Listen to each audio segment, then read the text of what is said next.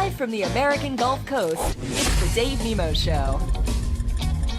And now back to our regularly scheduled Tuesday programming, because if it's Tuesday, it's Tech Talk. Tech Talk with TMC. And we're going to end the new year by kind of ringing in the future on the program this morning. Future trucks, future trailers. You know, back in the day, all of the talk in the industry was about the tractor. You know, all of the innovations, the new engines, the horsepower, and then it was emissions and aerodynamics, and everything was about the truck, the truck, the truck. And the trailer, oh yeah, we got one of those. We'll just hook it up and carry it down the road. Now, trailers are about as smart as the trucks are. And we're going to be talking about that on the program with Paul Menig from Tech IM, and of course, Robert Braswell. And the phones are open, 615-292-6366. Forward, not into the past like with Claire Marie, but forward into the future on this week's edition of Tech Talk with TMC. Tech Talk with TMC. And here we go into 2019 and beyond. Robert Braswell, good morning. Hey, good morning, Dave. It's always great to be back here for Tech Talk with TMC, and Happy New Year to you and your listeners. I was just zeroing in on that movie where they had Bed, Bath, and Beyond, which That's is, hilarious. I guess, where we might be heading. Well, Robert, today is a great. The future is, my bumper sticker reads, "The future was yesterday," because everything we hear about in terms of all this new stuff, man, they've been doing it for years, sometimes in Scandinavia, sometimes in Japan, sometimes in Europe, sometimes on I-94, sometimes along I-10 from California to Florida. And so the technology is not coming. A lot of it's already here. It just hasn't been integrated into our thinking to a great degree, I guess. And that's what we're going to be thinking about today. Yeah, that's right. And, it takes a long time for technology from its genesis to actually become ubiquitous. And that's exactly what we're going to be talking about. We're going to be talking about future technology, what's here today, what's coming tomorrow, and kind of in the context of our future truck program here at the Technology Maintenance Council a little bit. And joining us on the program is someone who's very active in TMC's Future Truck program, is Paul Menig, who's president of Tech IM. Paul himself is quite an interesting veteran of the trucking industry. He's been a longtime member of TMC, and he's chaired the Far Horizons group within our Future Truck Committee. That's a group that looks at where trucks and truck maintenance and vehicle technology should be 10 years down the road, maybe longer. He refers to himself as an intrapreneur, having led some innovative efforts at Daimler, Eaton, and GE. Prior to starting at Tech IM, he led the mechatronics group at Daimler Trucks North America, where his teams introduced numerous electronic products, including, I think most notably, automated mechanical transmissions. Boy, they're all over the place now, aren't they? But also electronic braking, radar collision warning, electronic engine controls, telematics, you name it. He's been involved with it. We're very pleased to have Paul join us on the program this morning. Let's take a look at the future, and please welcome Paul Menig. Good morning, Paul. Good morning, Robert. David, it's great to be here this morning. Paul, it's great to have you with us on the program this morning. I know that we're going to be talking about some specific questions and areas of the tractor and the trailer, but we always like to go to our callers as much as possible so they're not just hanging on. And we got a couple of callers to start off with, so why don't we go there? Already? Wow. And then so let's head up to Michigan and talk to Dan. Good morning, Dan. Good morning, gentlemen. Well, this is my idea for a tractor and trailer combination. It's a trailer that has four-wheel motors. That way you can have better control. That trailer is one battery, and with the power unit and the top of the trailer would have photo cells to charge the battery. That would be the trailer. And with the reefer unit, or it could be like a Tesla, with how they change their batteries, they take off the shell, the body, and put a new chassis on.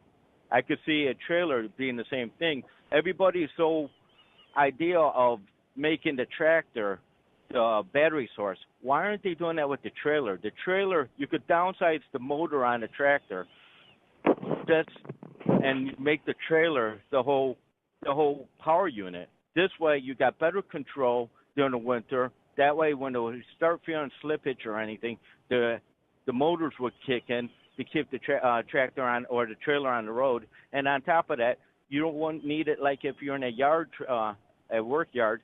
You don't need a Ottawa or a yard truck. The trailer could back itself in with a guy standing next to it with a controller. How come no one's came out with this idea yet? You are one heck of a good futurist, I've got to say. The idea that the trailer could be the vehicle that is powering things is a fabulous one. There's been a few people in Europe that have recently come close to demonstrating something like that. The idea that you have separate wheel motors on each side of the trailer, and that you'd have something simple in the front of it where the fifth wheel is, the pin is for the fifth wheel right now, is an idea that has come. The idea that you could put the entire top of the trailer with solar panels is out there as well. Solar panel all the way through. Yeah. And what's nice about it, if you have a reefer unit, you're sleeping next to a guy. The guy would never hear it because the reefer unit would come on and it would be all powered. You could run a truck coast to coast because of the kinetic energy off of the wheels, because you would have generators on the wheels. Now, besides you're having an 18-wheeler that's only four-wheel. You know, when you lock in your drives, you got two opposite wheels that grab. Now you got all your wheels on the back of the trailers that's operating, and up in the front you got your power unit that if you have to use it, you could slip it into gear. But now you don't get no more sliding off the road or anything because now your truck is pretty much all-wheel drive. Yeah. So the key question, though, that I think you asked is why hasn't that happened yet? And that's it. It's a lot to do with regulations and the development that we drove things, even from the Civil War days, where you rode a horse and you kind of drove the horse. It didn't power itself along a path. The wagons were always done with somebody. Even a train, with as many railroad cars as it has, still has a driver in it, even though it's on a fixed path.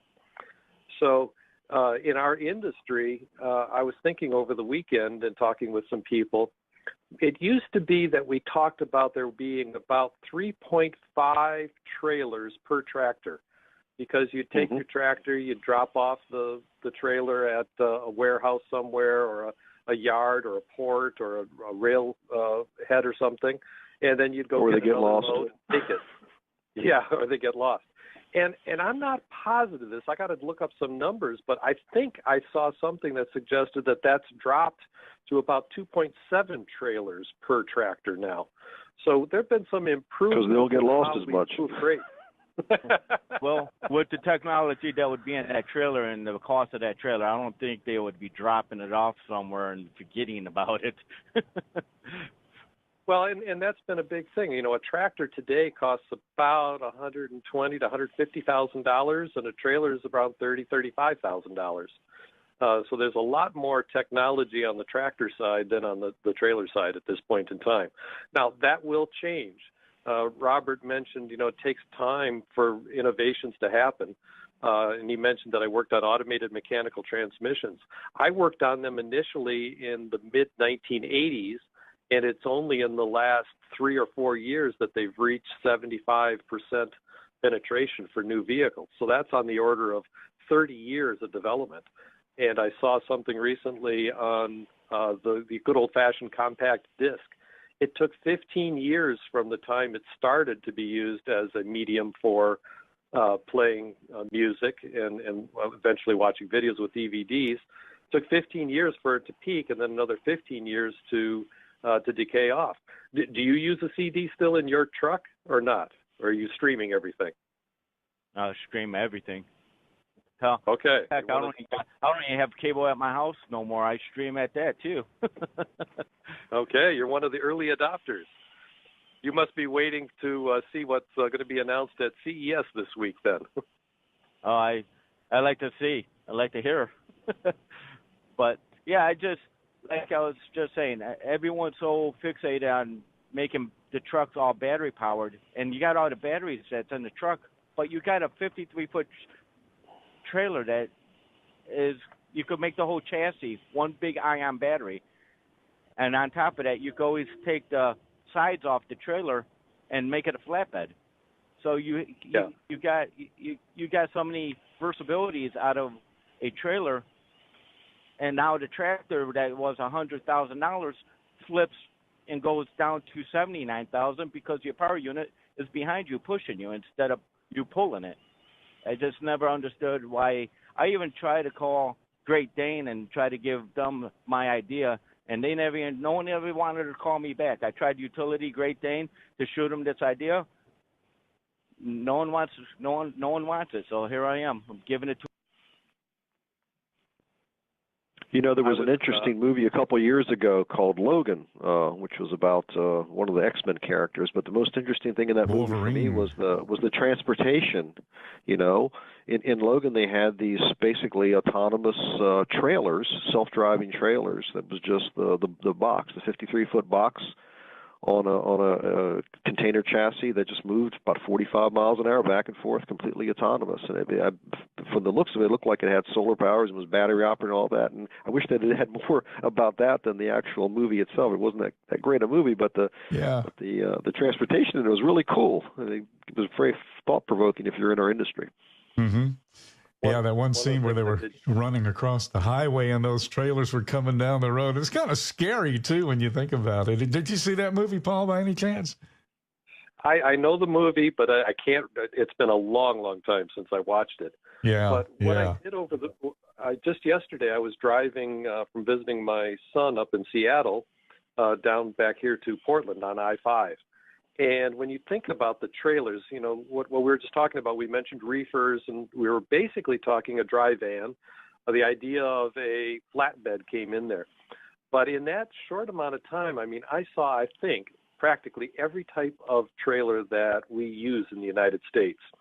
Flatbeds, simple stake trucks.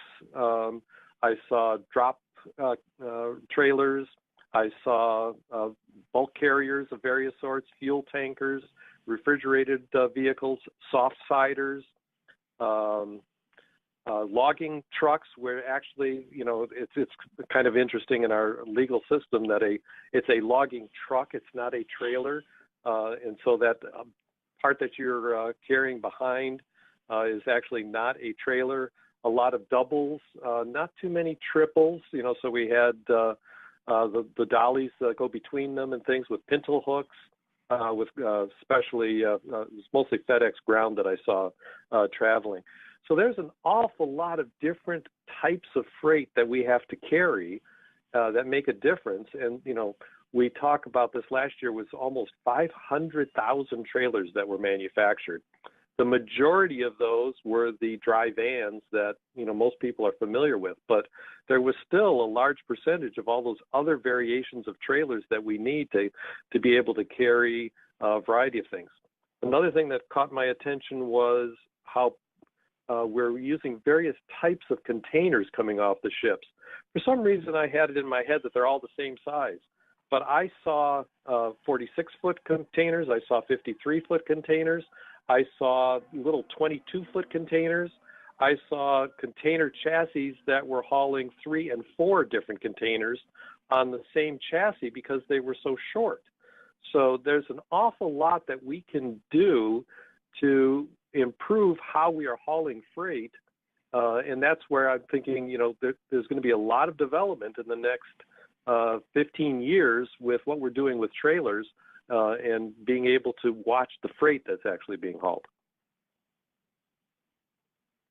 We're going to take a real quick break right here, guys. Dan, thank you very much. And Paul, I just did it. If you go to YouTube later on today and just search Logan Autonomous Trucks, And there's a 3-minute clip of the movie. I think you'll really enjoy it. We're going to take a break here. We'll be back with more on Tech Talk with TMC.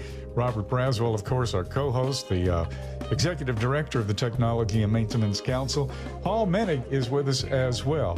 And we're talking the future of trucks and trailers. Paul heads up IM. Well, we are heading towards the bottom of the hour, but before we go there, we're going to head up to the top of the country and up to Minnesota, guys. And Rooster is with us on the line, and you're on with Paul and Robert now. Rooster, go right ahead. Good morning. Yeah, a couple of things. You're talking about that other guy was talking about putting the motors on the wheels. He's put a steer axle underneath there where the landing gear is, and that just took care of your tractor there too. But up in Minnesota up here today, they're ahead of the ball game. They got wind power trailers up here, self-driving and wind powered. Yeah, man, going about 50 miles an hour too, huh? No, they weren't going that fast, but they were. Well, the wind is going that fast, is what I'm saying. Yeah. Well, the pontoon trailers and the empty trailers sitting in the parking lot. We're just going all over the parking lot this morning. Wow. Yeah. But, Conestoga trailers. And they also make for the smaller trailer, like the camper you'd pull behind your pickup and your boat trailer. They got a little remote control little box now. It ain't much bigger than what your bathroom scale is. Like about a square foot box. It's got a little pole that stands up there with a ball on it, and you can remotely move your small boat or your camper around your driveway. They had a demonstration where a guy put his little utility trailer in his garage and doing 360s in his garage with it. There's a lot of technology out here already that's not really, commercialized, but it's, I guess, somebody, made it in their backyard and tried to promote it. There's technology that is good for aftermarket applications, and then there is technology that is good for the vehicle OEM to do. And a large part of it comes down to who's liable if there's an accident going to happen. So a lot of things in our trucking industry always start out with aftermarket first, a lot of times with one of the major suppliers, and it takes time before it actually becomes something that is driven by the vehicle OEM and backed up with a warranty. And a lot of that has to do with what we do with TMC, which is figuring out how are we going to maintain this equipment, how do you provide a return on investment for the fleet that's running it in order to do things. When you get to the liability thing, how do you, where do you fix stupid at? There ain't a week that goes by, there ain't some stupid verdict for astronomical amount of money that it was the person's own fault. I think the latest one that comes to mind was a little incident out there with, I believe it was Warner in the four-wheeler that went through the median. It wasn't the truck's fault by no means, and but yet, they lose the lawsuit. Yeah, the latest that I've been watching is the law going against Roundup. And the fact that, I've been spraying my grass for years with Roundup to get rid of weeds. And now, the claim that it's going to cause cancer. And so that's what you're talking about is, partially that and partially just, people doing things that they shouldn't be doing. I have a 19-month-old grandson now, and he doesn't know what fear is. So he tries anything and everything. But he's not stupid, at least not yet, because that assumes that he had a chance to be smart, and he's not there yet. He's still in the trial stage of things. Yeah, I just look at some of these lawsuits that come across here. Why are they even wasting their time in court with them, Well, it's largely because somebody small sees the equivalent of a casino or a lottery ticket, and they're going to be able to get a lot of money for making a court case. There was a long time ago the McDonald's with this is hot liquid inside this coffee cup. Be careful. Well, of course, but there they go sued, again. And McDonald's had to put on, or everybody has to put on their coffee cups. This is a hot liquid. Be careful. Yeah, let's look at the fan belt. There's a warning label in there too to shut your car off before you put it on. But you know, the thing too, a lot of these cases, I could sue for anything I could want to dream up, for any amount of money I want to, and the other person's lawyer or insurance company will offer an out-of-court settlement for, say, 10 or 20% of what I'm suing for. Who loses, who wins in this deal? Fantastic. Paul Menig is with us, Robert Braswell, and George is with us in Florida. George, good morning. Good morning, Dave. Good morning, gentlemen. I got a question about a rumor that I kind of heard that maybe you could answer, and then I just thought of a second question, Dave, if I can ask it here in a minute.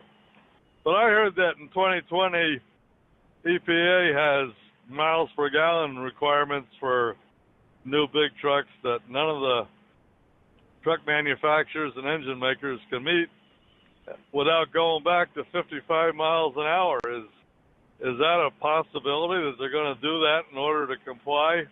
I think there's a song about that, of not being able to drive 55. And then I'll just ask the other question, and I'll let you ask.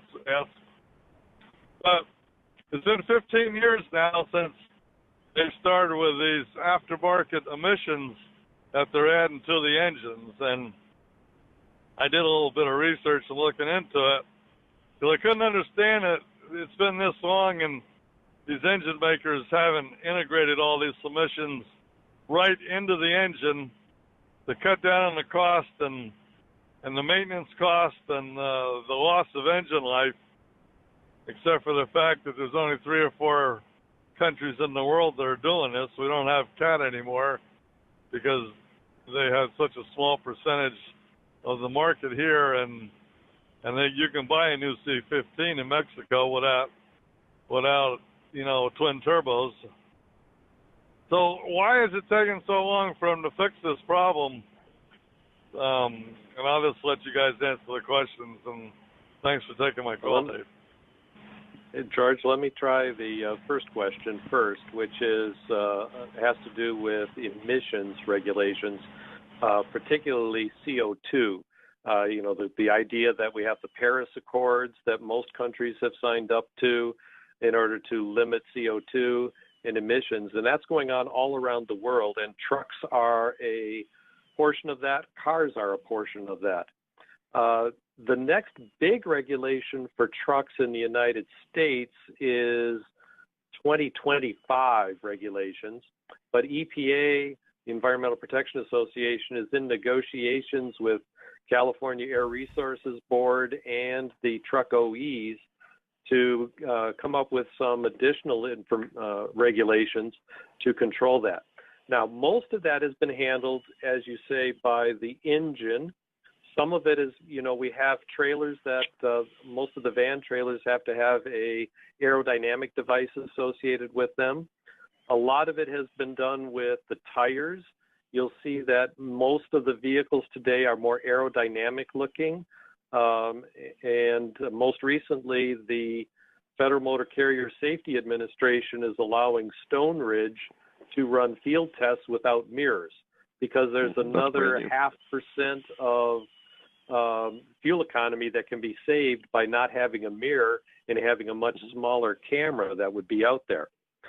Now, to your other question of, well, why haven't they fixed it yet with the engines and the after treatment system, and why isn't it buried inside the engine? When you look at how a diesel engine operates, it still has to have an air intake, and it still has to have an exhaust, and then they recirculate some of the exhaust back to the intake of the engine, and all of that takes initially stuff on the outside of the engine. I could imagine maybe for 2040 that some engine manufacturer like Cummins or Detroit or PACCAR or somebody, or Volvo, Navistar, that they might be trying to work on a different engine that would have more of that internal to the vehicle. There are other types of engines called turbines, but it seems like many more people are going towards using more electric. And we had the announcement yesterday. Not only did Daimler announce that they would have an autonomous level 2 truck, this year, but that in 2021 they would be having electric Class 8 vehicles. And the electric vehicles, once you deal with whether you have enough battery capacity, whether the batteries are too heavy or not, the idea is that an electric motor actually has fewer parts that have to be repaired than a diesel engine has. And so there are some people who are forecasting that an electric engine, if you will, an electric motor-driven vehicle, will have less items to repair than a diesel engine. One other development that I've seen that is helping with trying to improve the after-treatment system is many of the OEMs have moved to trying to package it all into a single box, and they've been working on making the catalytic converter stuff smaller and more efficient. But yeah, that continues to show up on most surveys of the cost of repairs of a vehicle to be a big issue still. It just takes time to figure everything out, to be able to make the changes and all the tooling that's required to make a new engine. Paul, as you know, one of the challenges is with electric vehicles is just how do you charge these batteries rapidly enough to equate to what would be like operating a diesel powered vehicle. And certainly there's some efforts there. I think there's something called the CharIN project where they're trying to come up with standards for charging heavy-duty vehicles. But do you think maybe that electric vehicles married up with something like a fuel cell powering technology that drives the electric motors is something that would probably catch hold as opposed to just a plug-in electric vehicle, for example? Every system you come up with, whether it be gasoline or horsepower or whatever, they all need to provide some sort of a fuel. The horses had to stop and eat hay or oats. Right. Then, we had to develop gasoline infrastructure. It didn't exist back in 1903 timeframe when, Right. Henry Ford made the Model T. It's developed up, and I'd say it probably the number of gasoline stations probably peaked in around the mid-'80s, and then it's been going down since then, but I don't have data to support that. And the same thing's going to happen with the electric vehicles. You either have to recharge the battery somehow, so you have to have electric energy that you put into it, or if you go to a fuel cell, you still have to have hydrogen that you have to stop and get somehow. And it can be either a gaseous hydrogen, or it can be more likely a liquid hydrogen, which requires a lot of technology to keep it cool. So it's unclear as to what is going to be the final way of getting things done. Right now, biofuel is a pretty good option for a number of fleets. George is in Florida, but one of the other person was in Minnesota. We have a problem with mixing different fuel things when we get up into the colder climates of Minnesota and into Canada. So it's really unclear what the final mix of different types of fuels is going to be for our vehicles. And I would expect that last mile delivery is going to be probably more electric. We've seen a lot of the waste management type vehicles, refuse vehicles going to natural gas because they have an easy source of the natural gas at their own garbage locations. So that works out well. UPS and FedEx and many others are experimenting with electric delivery vehicles. Drones, which are also electric, have hit a problem recently thanks to the 2 to 3 day shutdown of London Gatwick Airport, I think it was, because of some drones getting into the airspace there. So it's going to be another 5 to 10 years of just sorting out, I think, what makes most sense and where. One of the big things I see right now is both Tesla and GM have now run out of credits from the United States government. And so now they're hit the 100,000 threshold, yeah. Yeah. So $7,500 extra cost to somebody to buy an electric vehicle. Tesla's response was to drop the price. Okay, that's great. How much money is Tesla making, and how long can they continue to go without making money? GM, I don't know. I haven't seen their response yet to that. So I don't have a good answer as to, whether it's going to be a hydrogen-based fuel cell, whether it's going to be a lithium-ion battery or a manganese battery, or what it's going to be. But there are improvements going on in all of those different ways of fueling. There's infrastructure. You mentioned charge-in. Tesla's putting in its charging stations throughout. Last week I was talking about, well, what's the next voltage that we're going to have on a vehicle? And I said everything I see says it's going to be a 48-volt system in the future to be able to improve the fuel economy and the operation of the vehicle. And then there's standardizations in China that are going on with electric vehicles, too, that may have some influence, right? They may be going somewhat of a different direction than, let's say, the Charin folks are talking about doing. The idea that the trucking industry, the freight movement industry, is global, much more so today than it was, say, 30 years ago when deregulation occurred, where we mostly concentrated on things here in the United States only. Today, a lot of standards are set for the world in other places rather than what we're doing. And sometimes we have to follow, sometimes we can lead. We are going to lead ourselves into a break right here. We'll be right back with more with Paul Menig and Robert Braswell on Tech Talk TMC. I want to thank everybody for such great calls and conversation this morning. Robert Braswell and Paul Menig are with us. It's Tech Talk with TMC. Kind of getting to the finish line, and Poet is with us up in North Dakota, guys. Poet, good morning. You're on with Robert and Paul. Go right ahead. Good morning, sir. Thank you for taking my call. Sure. Now, I'm sitting here thinking about this, put the motors on the trailer wheels and having the tractor or the steering mechanism pushed. Wouldn't that more likely be like pushing a rope? Yeah, well, no, and there's a reason why I'm saying that. If you pull something, okay, the nose of what you're pulling with is in control. If you push something with a swivel on the front, now you have very little control. And I can see, in my mind's eye, I can see more jackknife because the tractor isn't pulling, the tractor is being pushed. And then what happens with a set of doubles or a set of triples with the converter dollies in between? Now you have 2 pivot, 3 pivot points. You know, what's going to happen if say, one trailer overspeeds another? You're going to wind up with problems. So you're bringing up what typically we all have to think about is, okay, here's an idea. Now, what are the problems that we have to overcome in order to make it work?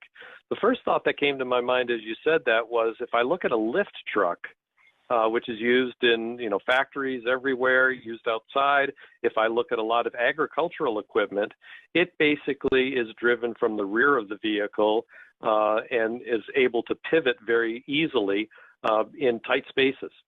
So if I had separate wheel end motors on a trailer, I could probably maneuver in a yard much more easily. Just because I put the trailer to have wheel end motors on it, what if instead of the front of the trailer, as we think about it today, that was the rear of the trailer? And we use the axles to drive it, and we just put a simple dolly or something, or a single wheel where the kingpin is today.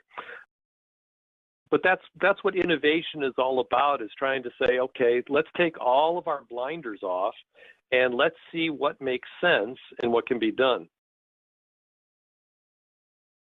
Separate wheel end motors idea is not much different than where we're at today with the electronic brakes on a trailer, where I'm able to separately brake each of the wheels of the trailer to avoid not just jackknifing, but all other kinds of instability and things. The idea of, now, how do I extend that to doubles and triples? Well, if we look at what we're doing with autonomous trucks right now, we're limiting where we can use them. doubles and triples aren't allowed on all of the highways in the United States. There's actually a very limited number of places where we can use them because of the way they're configured, and people are concerned about the safety of even operating a double and a triple. Yeah, it doesn't sound practical in some ways to put the wheel end motors on the trailer, and then somehow how do we deal with it being pulled? The Volvo concept vehicle that was done still has some sort of a autonomous vehicle that connects to the kingpin and still pulls the trailer around inside a yard, for instance. So think of it as a autonomous, simplified yard jockey, if you will. The idea that we're going to do that out on the road, not quite ready for that yet. Well, it will be, though, before we know it, that's for sure. Poet, thank you so much. Paul, can't thank you enough. Some great insight. Thank you so much for being with us on the program. Happy to be here. Always enjoy talking with the drivers out there and getting a feel for what they're thinking about. Paul Menig, he heads up Tech IM.